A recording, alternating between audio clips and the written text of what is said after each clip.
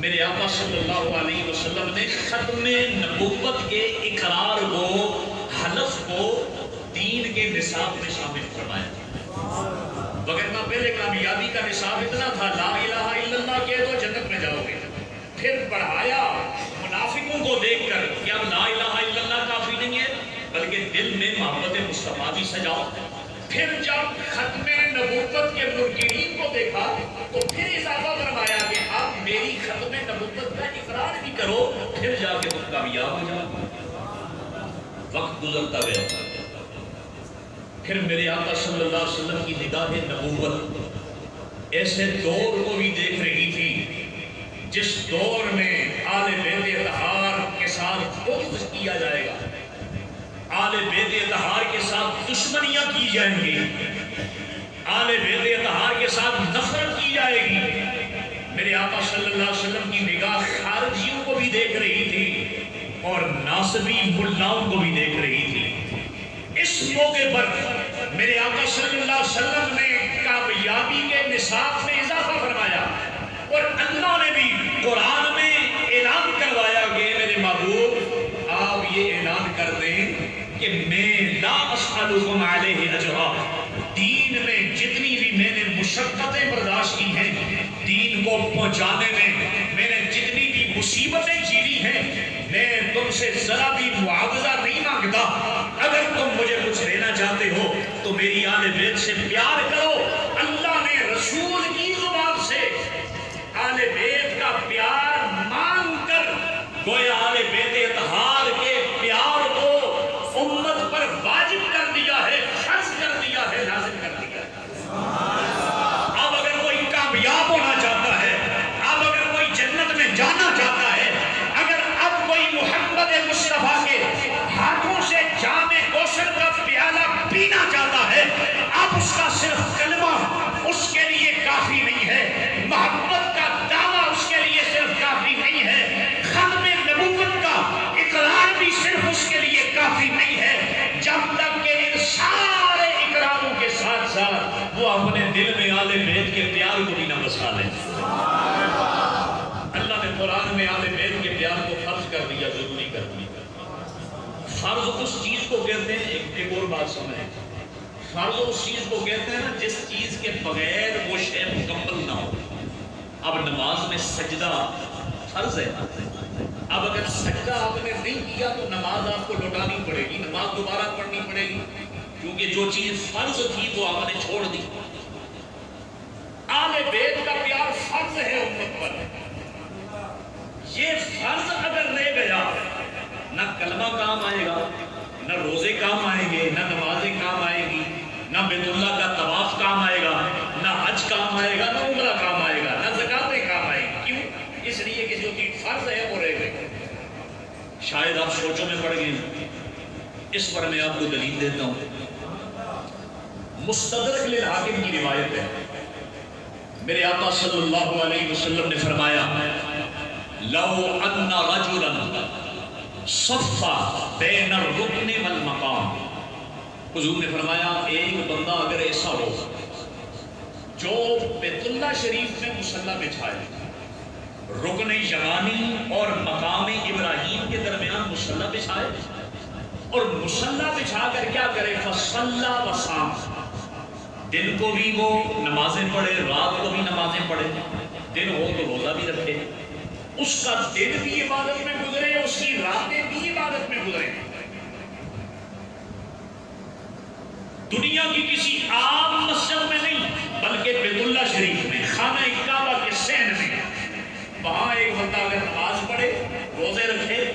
رات دن گزارے، تو میرے آقا صلی اللہ علیہ وسلم نے فرمایا وَهُوَ بُغْضٌ لِآلِ بَيْتِ مُحَمَّدٍ، اس کے اندر ایک نقص ہو، ایک خامی ہو کہ نمازیں تو وہ پڑھ رہا ہے، طواف بھی وہ کر رہا ہے، روزے بھی وہ رکھ رہا ہے، خانہ کعبہ میں زندگی گزار رہا ہے، لیکن اگر اس کے دل میں بغض آل بیت محمد ہے تو میرے آقا صلی اللہ علیہ وسلم نے فرمایا جب وہ اللہ سے ملاقات کرے گا تو دخل فی النار، اللہ اس کو جہنم میں داخل کر دے گا۔ اب آپ اندازہ کریں حضور نے فرمایا بندہ ایسا ہے جو کعبے میں نماز پڑھ رہا ہے. آج لوگ ہمیں کہتے ہیں جی ان کو برا نہ کہو، وہ تو کعبے میں نمازیں پڑھا رہے ہیں، وہ تو کعبے کے امام ہیں، وہ کعبے کے نمازی ہیں، ان کو برا نہ کہو. اور میرے آقا کہہ رہے ہیں کہ اگر رات دن کعبہ میں گزارنے والا، شیر کعبہ میں نمازیں پڑھنے والا، شیر کعبہ میں رہ کر روزے رکھنے والا، اگر اس کے دل میں آل بیت کا بغض ہو، قیامت کے دن میرا اللہ اس کو جہنم میں داخل کرے گا. اگر آل بیت سے بغض کرنے والا، دشمنی رکھنے والا جنت کا حقدار نہیں ہے، جہنمی ہے، تو جو خود میرے آقا مولا سے بغض رکھنے والے ہیں وہ جنت کے اقتدار کیسے؟ پتہ چلا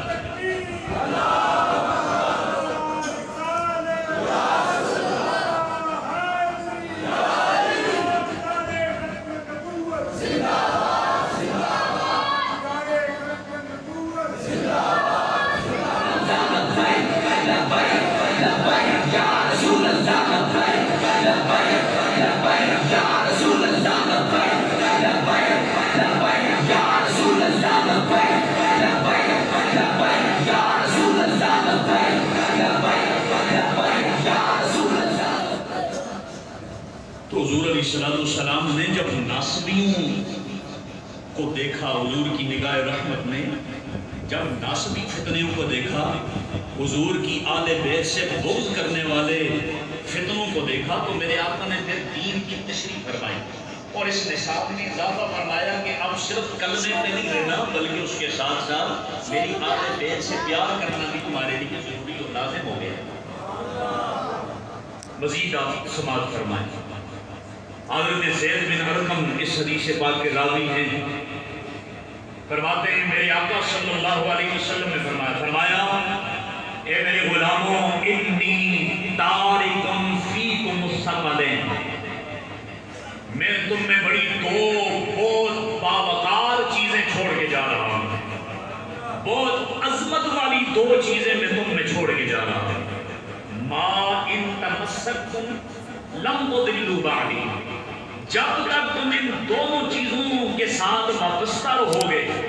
جب ان دونوں چیزوں کو تھامے رکھو گے اور جب تک ان چیزوں کو اپنے دامن میں سمیٹے رکھو گے تو لم تضلوا بعدی، تم میرے بعد کبھی بھی گمراہ نہیں ہو سکتے. اب وہ دو چیزیں کیا ہیں؟ فرمایا کتاب اللہ، ایک چیز تو قرآن ہے، کتاب اللہ ہے، قرآن ہے، اور فرمایا دوسری چیز عترتی اہل بیتی، اور دوسری چیز جو میں تم میں چھوڑ کے جا رہا ہوں وہ میری عترت ہے، میری اولاد ہے، میرے آل بیت ہیں. فرمایا اس قرآن اور آل بیت، یہ دو چیزیں میں تم میں جو چھوڑ کے جا رہا ہوں، جب تک تم ان کے ساتھ وابستہ رہو گے لم تضلوا بعدی، تم کبھی گمراہ نہیں ہو سکو. کسی ملا سے فتویٰ لینے کی ضرورت ہی نہیں ہے کہ بھائی ہم سیدھے رستے پہ ہیں یا ہم گمراہی پہ ہیں. اگر آپ کی زبان میں قرآن ہے، صرف ایک چیز پر سہارا نہیں لینا کہ آل بیت کے تو ہم نعرے لگائیں، لیکن نعوذ باللہ قرآن کو ناقص کہیں، قرآن کو نامکمل کہیں، قرآن کو انکمپلیٹ کہیں. اگر ایسا ہے ہمارا دعویٰ تو پھر ہم کامیاب نہیں. حضور نے فرمایا کامیاب ہونا چاہتے ہو تو دونوں چیزوں کو تھامنا ضروری ہے، قرآن کو بھی اور آل بیت کو بھی. اب کسی مفتی سے پوچھنے کی ضرورت نہیں ہے کہ ہم سنی لوگ کامیاب ہیں یا ناکام ہیں، ہم صراط مستقیم سیدھے راستے پہ ہیں یا گمراہی کے راستے پہ ہیں. حضور نے فتویٰ ہمیں دے دیا ہے، حسنین کے بابا نے ہمیں فتویٰ سنا دیا ہے کہ اگر تمہاری زبان پہ قرآن ہے اور تمہارے ہاتھ میں دامن علی المرتضیٰ کا ہے، اگر تمہاری زبان پہ قرآن ہے اور تمہارے ہاتھ میں دامن مہر علی کا ہے، اگر تمہاری زبان پہ قرآن ہے، تمہارے ہاتھ میں دامن دادا علی کا ہے، اگر تمہاری زبان پہ قرآن ہے اور تمہارے ہاتھ میں دامن چشتی حیدری کا ہے، اگر تمہاری زبان پہ قرآن ہے اور دامن حسن مجتبیٰ کا ہے، اور تمہاری زبان پہ قرآن ہے اور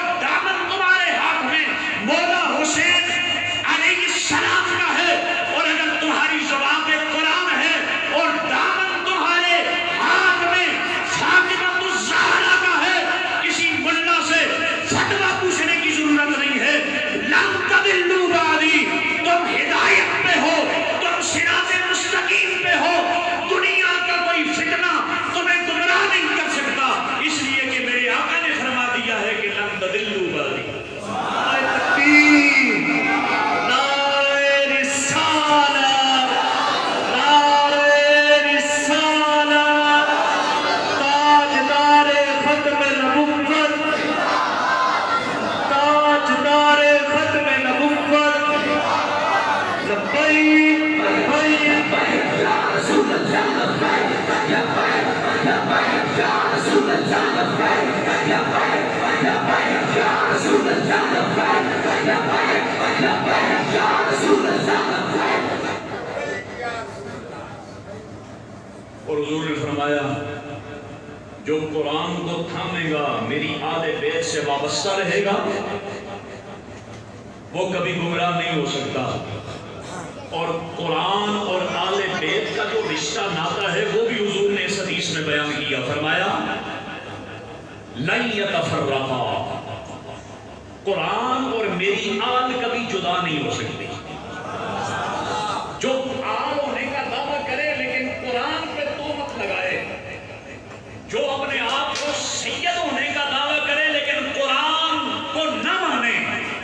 جو سید ہونے کا دعویٰ کرے لیکن قرآن کو اللہ کی سچی لاریب کتاب نہ مانے، جو سید ہونے کا دعویٰ کرے لیکن قرآن کو انکمپلیٹ، ناقص اور نامکمل سمجھے، فرمایا وہ تو آل بیت ہو ہی نہیں سکتا۔ کیوں؟ حضور نے نشانی بتا دی کہ جو میری آل بیت ہیں، جو قرآن ہیں، لن یتفرقا، یہ کبھی آپس میں جدا نہیں ہو سکتے۔ اب میرے آقا نے تو یہ فرما دیا کہ آل اور قرآن کبھی جدا نہیں ہو سکتی، لیکن قربان جائیں میرے مولا حسین نے کر کے دکھا دیا۔ مصطفیٰ نے فرمان جاری کیا، آل کا رشتہ، آل کا اور قرآن کا تعلق قائم رہے گا، یہ جدا نہیں ہوں گے۔ لیکن مولا حسین نے جب میرے مولا حسین کے سر کو دم سے جدا کر دیا گیا اور کوفہ کے بازار میں سر میرے کے لٹکا کے وہ یزیدی لوگ جا رہے تھے، میرے مولا حسین کی زبان سے تلاوت قرآن کی آوازیں آ رہی تھی، گویا میرا امام حسین دنیا والوں کو یہ بتلا رہا تھا، میرے نانا نے کہا تھا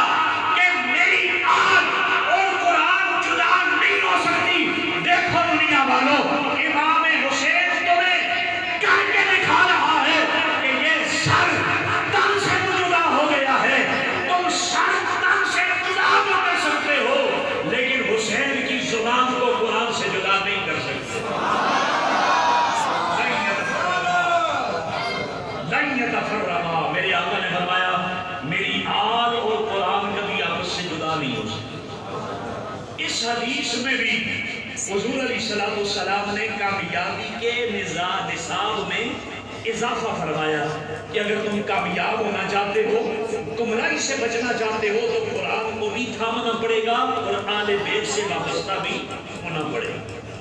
ایک اور روایت سناتا ہوں، میرے آقا صلی اللہ علیہ وسلم نے کامیابی کے اس نصاب کو اس حدیث پاک میں بھی بیان فرمایا۔ فرمایا مثل اہل بیتی کمثل سفینۃ نوح، کہا کہ لوگوں جو میری آل بیت ہے، یہ آل بیت کو معمولی نہ سمجھنا، یہ حضرت نوح علیہ السلام کی کشتی کی طرح ہے۔ جس طرح حضرت نوح علیہ السلام کا سفینہ تھا، کشتی تھی، اس کشتی کی طرح ہے میری آل بیت۔ من رکبہا نجا، جو میری آل بیت کے سفینے میں سوار ہو گیا وہ تو نجات پا گیا۔ ومن تخلف عنہا، اور جو اس سفینے اور اس کشتی سے دور رہا، ہلاکا، وہ ہلاک ہو گیا، وہ برباد ہو گیا۔ گویا اس حدیث میں بھی حضور نے کامیاب ہونے اور کامیابی سے ہمکنار ہونے اور جنت میں داخل ہونے کے لیے جو کامیابی کا نصاب تھا اس میں اضافہ فرمایا، کہا صرف لا الہ الا اللہ پہ اکتفا نہ کرنا، صرف نمازوں پہ اکتفا نہ کرنا، صرف روزوں پہ اکتفا نہ کرنا، تمہیں آل بیت کے سفینے میں سوار ہونا پڑے گا۔ جو سوار ہو جائے گا وہ تو کامیاب ہو گیا، جو پیچھے رہ گیا وہ ہلاک ہو گیا۔ بات سمجھ؟ پچھلے دنوں انٹرنیٹ پہ میں ایک ویڈیو سن رہا تھا، ادھر لاہور کا یہ ملا ہے، وہ بڑا چیخ چیخ کے کہہ رہا تھا، او ہم پنڈی والوں کے دین کو نہیں مانتے۔ پنڈی میں کون ہے؟ پیر میرے علی شاہ ہے نا، پنڈی میں کون ہے؟ سید زادے ہیں نا جن سے تم اختلاف کرتے ہو۔ وہ لوگ کہتے ہیں ہم پنڈی والوں کے دین کو نہیں مانتے۔ پنڈی والے آل رسول ہیں، اور میرے آقا تو فرما رہے ہیں کہ آل بیت میری یہ سفینہ نوح کی طرح ہے، کامیاب ہونے کے لیے ان سے وابستہ تمہیں ہونا پڑے گا۔ حضرت نوح علیہ السلام کی کشتی کس وقت کام آئی تھی؟ جب طوفان آیا تھا، جب سیلاب آیا تھا۔ جو اس سفینے میں، اس کشتی میں سوار ہو گئے تھے ڈوبنے سے بچ گئے تھے، جو سوار نہیں ہوئے تھے وہ اگر پہاڑ کی چوٹی پہ بھی چڑھ گئے تھے تو وہ بچ نہیں سکے، وہ سارے غرق ہو گئے تھے، مر گئے تھے۔ گویا میرے آقا نے آل بیت کو یہ اعزاز بخشا ہے کہ لوگوں جب بھی تمہارے ملک میں، جب بھی تمہارے شہر میں، جب بھی تمہارے علاقے میں بدتمیزی کے طوفان اٹھنے لگے، تحقیقات کے عجیب و غریب طوفان اٹھنے لگے، اختلافات کے طوفان اٹھنے لگے، تو تمہیں اگر نجات پانی ہو، ایک طرف سید زادوں کی تحقیق ہو، ایک طرف کسی غیر سید محقق کی تحقیق ہو، تو تم نے اس طوفان سے اگر بچنا ہے تو تمہیں آل بیت کی کشتی میں سوار ہونا پڑے گا، پھر اللہ تعالیٰ تمہیں کامیابی سے ہمکنار فرما دے گا۔ بڑے بڑے محقق ہیں، بڑی بڑی تحقیقیں کرتے ہیں، بڑی بڑی ریسرچ کرتے ہیں، لیکن جو تحقیق سید زادوں کی ہوتی ہے، جو تحقیق آل بیت کی ہوتی ہے، وہ تحقیق ہمارے سروں کی تاج اس لیے ہوتی ہے کہ میرے آقا نے آل بیت کو یہ اعزاز بخشا ہے کہ جب بھی طوفان اٹھیں گے جو آل بیت سے وابستہ ہوں گے وہی کامیاب ہوں گے۔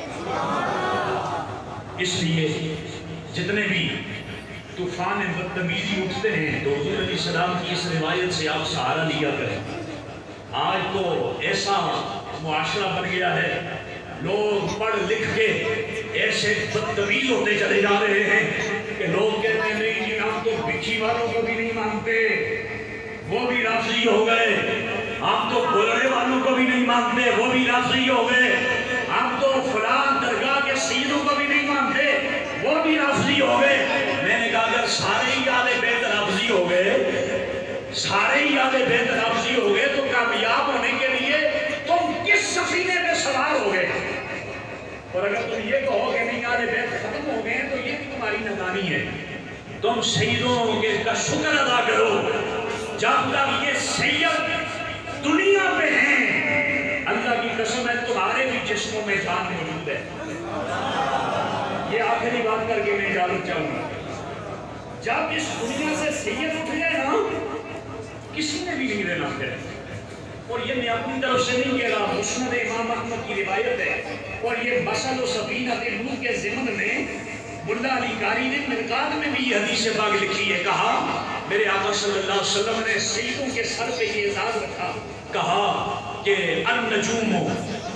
جو آسمان کے ستارے ہیں، امان لأہل السماء، یہ آسمان والوں کے امن کے ضامن ہیں۔ جب تک آسمان میں ستارے رہیں گے اس وقت تک آسمان بھی قائم رہے گا، آسمان والے بھی قائم رہیں گے۔ یہ سورج بھی تب تک قائم ہے جب تک ستارے ہیں، یہ چاند بھی اس وقت تک ہے جب تک ستارے ہیں، یہ آسمان بھی اس وقت تک قائم ہے جب تک ستارے ہیں۔ میرے آقا نے فرمایا ان ذہبت النجوم، اگر یہ ستارے جس دن ختم ہو گئے تو حلق اہل السماء، آل سما جتنے بھی آسمان کی چیزیں چیزیں ہیں وہ ساری کی ساری ختم ہو جائیں گی. ستارے جس دن ختم ہو گئے آسمان والے ختم ہو جائیں گے. اور فرمایا وَأَهْلُ بَيْتِي أَمَانٌ لِأَهْلِ الْأَرْضِ، اور جو میری آل بیت ہے یہ زمین والوں کی زندگی کی ضمانت ہے. جب تک میری آل بیت زمین پہ ہے زمین والے زندہ رہیں گے، زمین والے زندہ رہیں گے. لیکن فرمایا لو ذہب اہل بیتی، جس دن میری آل بیت کا کوئی فرد بھی اس زمین میں نہ رہا، اس زمین سے اٹھ گیا آخری فرد، فرمایا ہلاک اہل الارض، زمین پر جتنی سی چیزیں ہیں وہ بھی ختم ہو جائیں گی. تو آل بیت کے ساتھ بغض رکھنا، ان کے ساتھ دشمنی پالنا، یہ ناشکری کی علامت ہے. یہ کسی طریقے سے بھی زیب نہیں دیتا. اللہ رب الجلال نے قرآن میں اپنے محبوب سے اعلان کروا کر آل بیت اطہار کی محبت کو لازم کر دیا، واجب کر دیا. اور میرے آقا کا ایک اور فرمان بھی سن لیں. حضور علیہ السلام نے حضرت عباس رضی اللہ تعالی عنہ کو مخاطب کر کے فرمایا اور اللہ کی قسم اٹھا کے کہا واللہ اے میرے چچا عباس، اللہ کی قسم ہے، واللہ اللہ کی قسم ہے، اگر یہ دنیا والے ان کے دلوں میں اس وقت تک ایمان داخل ہی نہیں ہو سکتا جب تک کہ اے میرے آل بیت یہ دنیا والے تم سے پیار نہ کریں. تو اگر کوئی بندہ چاہتا ہے کہ میں کامل مومن بنوں، کوئی چاہتا ہے میں ایمان والا بنوں، تو اس کو حضور کی اس حدیث پہ عمل کرنا پڑے گا. اس کو اپنے دل میں آل بیت کا پیار لانا پڑے گا، آل بیت کے بغض کو دور کرنا پڑے گا، پھر وہ کامیاب ہوگا. میرے آقا صلی اللہ علیہ وسلم کے فضل اور آپ کی نگاہ رحمت ہم سب کے شامل حال ہو. آپ جتنے احباب نے شہدائے کربلا اور آل بیت اطہار کا تذکرہ سننے کے لیے وقت نکالا ہے اور جتنے احباب نے بھی اہتمام کیا ہے، اللہ تعالیٰ آپ سب کو جزائے خیر عطا فرمائے اور اللہ شہدائے کربلا کی تربتوں پہ کروڑ ہا رحمتوں کا نزول فرمائے. وآخر دعوانا ان الحمدللہ رب العالمین.